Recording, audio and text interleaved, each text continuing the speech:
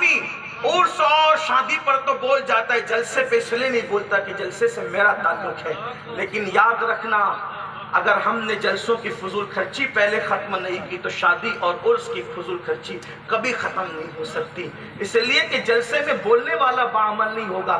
जब वो खुद कहेगा कि मुझे जब तक 50,000 मेरे अकाउंट में नहीं डालोगे मैं नहीं आऊँगा, तो दीन बेचने वालों ने फिर इनकलाब कौन सा बपा करना? इनकलाब तो मुबल्लिग इस्लाम अब्दुल अलीम जैसे बेनफ्स लोगों से आता है। इनकलाब तो कायदे अहले सुन्नत शाह अहमद नूरानी जैसे लोगों से आता है कि पूरी दुनिया में घूमते रहे मगर खुद का घर भी ना कर सके, इसलिए कि जानते थे अल्लाह पर चिड़िया कौवे घोंसले बनाते हैं, औकाब कभी घोंसला नहीं बनाता। नहीं देगा नशेबन कसरे सुल्तानी के गुंबद पर दुशाई है बसेरा कर पहाड़ों की चटा। नारे मुराद ना लिया जाए कि जो उलमा और खुतबा घरों में रहते हैं वो कोई चिड़िया कौवे ऐसा हरगिज़ मफ़हूम मुख़ालिफ मुराद न लिया करे। लेकिन अगर दीन बेच करके घर बनाना पड़े तो फिर वो चिड़िया कौवों का काम। हाँ, लेकिन अगर कुदरत अता कर दे तो फिर बात दूसरी है।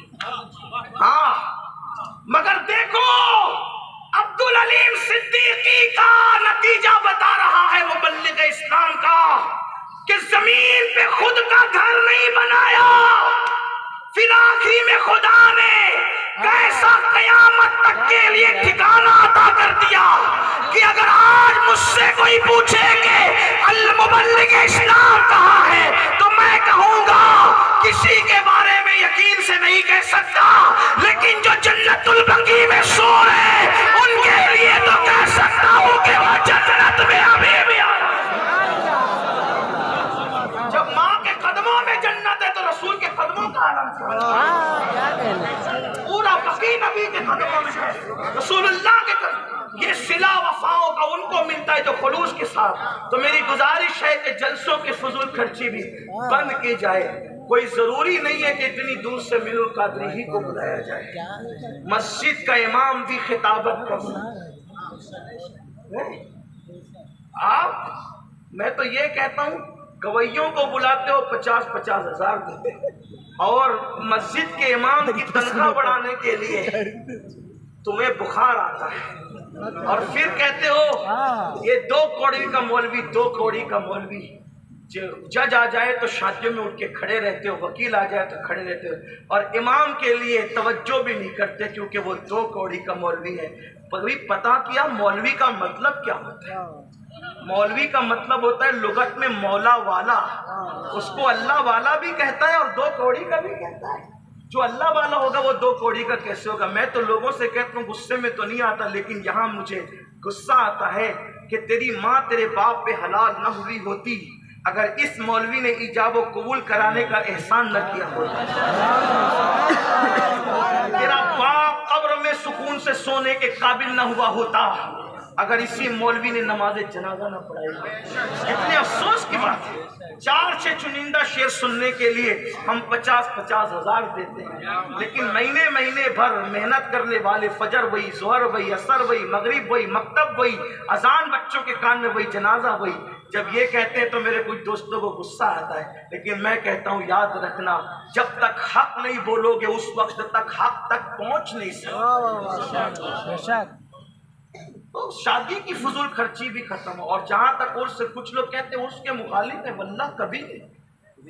उर्स हम सुन्नी वही का मुकद्दर है, लेकिन जितना गौसपाक ने किया, गरीब नवाज ने किया, महबूब इलाही ने किया, मखदूम अशरफ हमारे मखदूम समनानी ने किया, जो बातें हमारे बुजुर्गों ने रवा रखी बस वो है। बाद में जो तुम ऐड कर रहे हो सिवाय मजाक बनने के कुछ और नहीं। इसलिए कि अल्लाह वालों की मोहब्बत जितना वो लोग जानते थे उतना हम नहीं जानते। इसलिए मेरी गुजारिश है कि जलसों की भी, मैं तो देखता हूँ कि अभी यहाँ तो देख रहा हूँ, बहुत अच्छी बात है, पता शायद ऐसा ही हो जैसा देख रहा हूँ, वरना एक जलसे में ऐसा होता है कमेटी के अगर 100 लोग हैं तो 100 के 100 लोग खतीब को हार पहनाए। अगर एक हार 50 रुपए का भी हुआ तो 100 लोगों ने जो हार एक खतीब को पहनाए कितने हो गए? और मोहल्ले के अंदर अभी भी कोई बेवा ऐसी है कि जिसको ओढ़ने के लिए फटे दुपट्टे के सिवा कुछ नहीं है ना? हदीस पाक में आता है कि जब यतीम और बेवा आह भरते हैं तो अल्लाह का अर्श कांपने लगता है। मेरे अजीज, मेरे भाइयों, हमें तालीम के नाम पर आगे बढ़ने की बहुत जरूरत है। लोग कहते हैं हम अपने कॉलेजों में तुम्हारी बेटियां नहीं पढ़ाएंगे। आप ये कहिए हम इतने कैपेबल हो चुके हैं अल्हम्दुलिल्लाह कि हम अपनी बेटियों को दूसरों के यहाँ भेजेंगे नहीं इंशाअल्लाह, लेकिन हमें इस पर प्लान करना होगा। और लोग कहते हैं मुसलमानों के पास मान लिए, मैं कहता हूँ वल्लाह हरगिज़ नहीं। सुन्नी कौम के पास तो अल्लाह ने दिया भी है। और एक बात ये कहता हूँ, सुन्नी कौम जितना कुर्बानी देने का जज्बा रखती है उतना किसी कौम के अंदर जज्बा नहीं है। बस बात इतनी है, अब लेने वालों की दयानतदारी पर है कि लेने वाले दयानतदारी के साथ खर्च कहाँ करें। बस बात इतनी है। मुसलमानों आओ, कुछ सोचें, कुछ गौर करें, कुछ फिक्र करें, कुछ ख्याल करें। याद रखना, मरने के बाद हमें अल्लाह की अदालत में खड़े होना है।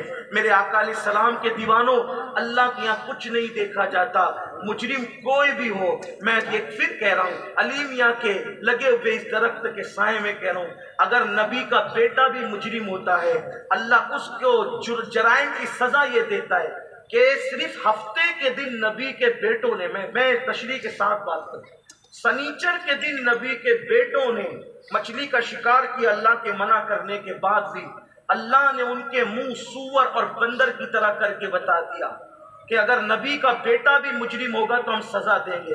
लोगों के तो नबी के बेटे होने में आप शक कर सकते हैं, लेकिन जिनके चेहरे खुदा ने सूअर और बंदर की तरह किए, उनका नसबनामा कुरान बयान करता है, या बनी इसराइल, इसराइल के बेटो, याकूब के बेटो। याकूब तो नबी थे ना अलैहिस्सलाम।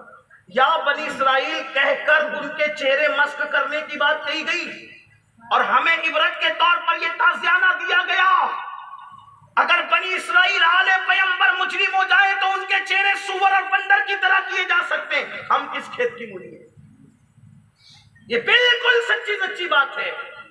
अगर आप ये सोचते हैं मैं गौस पाक से वाबस्ता, उनका मुरीद और गरीब नवाज से वाबस्ता उनका मुरीद हूँ, मेरे अजीज, पीरी मुरीदी उस वक्त काम आएगी जब आप मुर्शिद के नक्शे कदम पे चलोगे। आपने कोई और रास्ता इजाद कर लिया तो आप याद रखना, उन लोगों को नबी की औलाद होना काम ना आया। हालांकि खातिमुन नबीयीन के लिए मसला अलग है, वहां फिर ऐलान इल्ला नसबी व सबबी, उसको कोई यहाँ चस्पा ना करे। लेकिन औलादे बनी इसराइल आले बनी इसराइल को आले याकूब को सूअर और बंदर की तरह किया कि नहीं किया? बल्कि आपको हैरत होगी, यहाँ तो एक बात और निखर कर आती, तफसीर उठाकर देखें। बनी इसराइल में 3 ग्रुप हो गए थे। नंबर एक ग्रुप वो था, कौन सा ग्रुप था वो?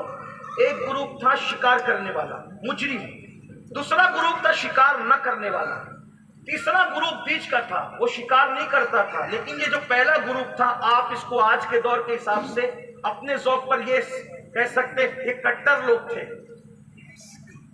कौन लोग थे?